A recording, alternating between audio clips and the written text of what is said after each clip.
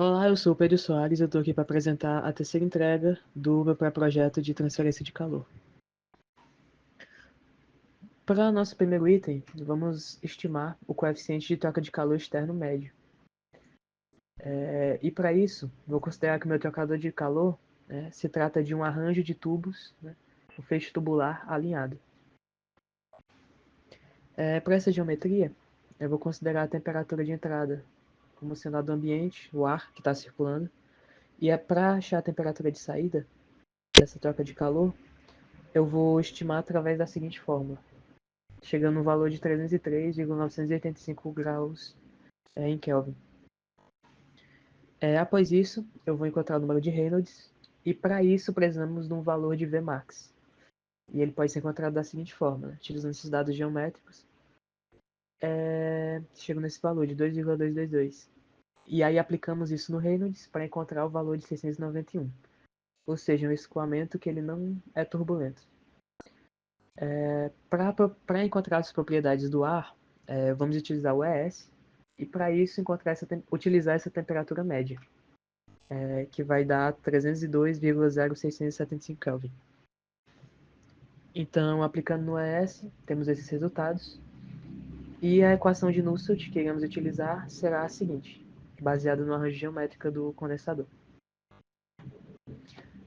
Os valores de C1, C2 e de M são encontrados através de tabelas. Eu busquei eles nas tabelas 7.5 e 7.6 lá do livro do Encropera.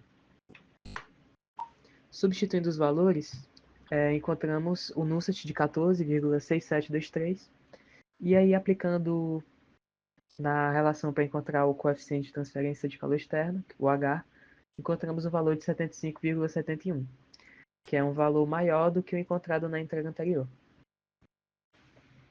Agora, para o segundo item, vamos encontrar o coeficiente de troca de calor interno médio. Primeiramente, consideraremos o fluido R600A como vapor saturado, como diz o item A, ao longo de todo o condensador. A temperatura será de 55,5, conforme dito no catálogo, e o título será de 1. Vamos utilizar isso para encontrar alguns valores aqui no ES. No caso, a condutividade, o K, o número de Prandtl e a viscosidade, μ. Para Reynolds, chegamos nessa equação, e aí encontramos o número de 16.239. Trata-se então de um escoamento turbulento, conforme o número de Reynolds. E como o valor de comprimento L dividido pelo diâmetro é maior que 60, a gente pode desprezar essa região de entrada.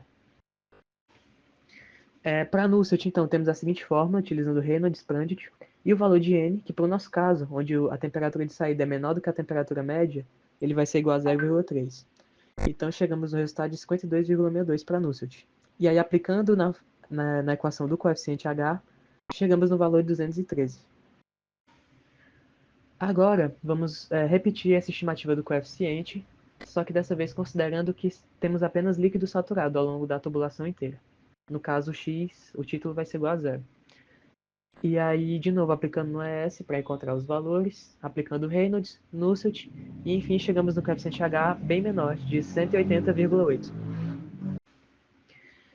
Para conseguir comparar esse fluxo de calor resultante com os novos coeficientes do fluxo demandado pelo sistema, primeiramente, eu encontrei a resistência térmica de convecção, considerando apenas o vapor saturado e apenas o líquido saturado, né? Cheguei nesses dois valores, encontrei a resistência total por esses dois casos. E após isso, apliquei na seguinte relação, onde o W vai ser igual à diferença de temperatura dividido pelo R total. No caso, utilizei a diferença de temperatura logarítmica, que me deu um valor de 16,48. E aplicando esse valor na relação, eu cheguei no fluxo de calor, no caso do vapor, de 124,189, no caso do apenas líquido saturado, 115,974.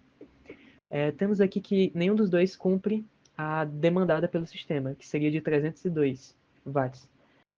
Porém, a que mais se aproximou foi a do vapor saturado, que é um pouco maior do que a de líquido.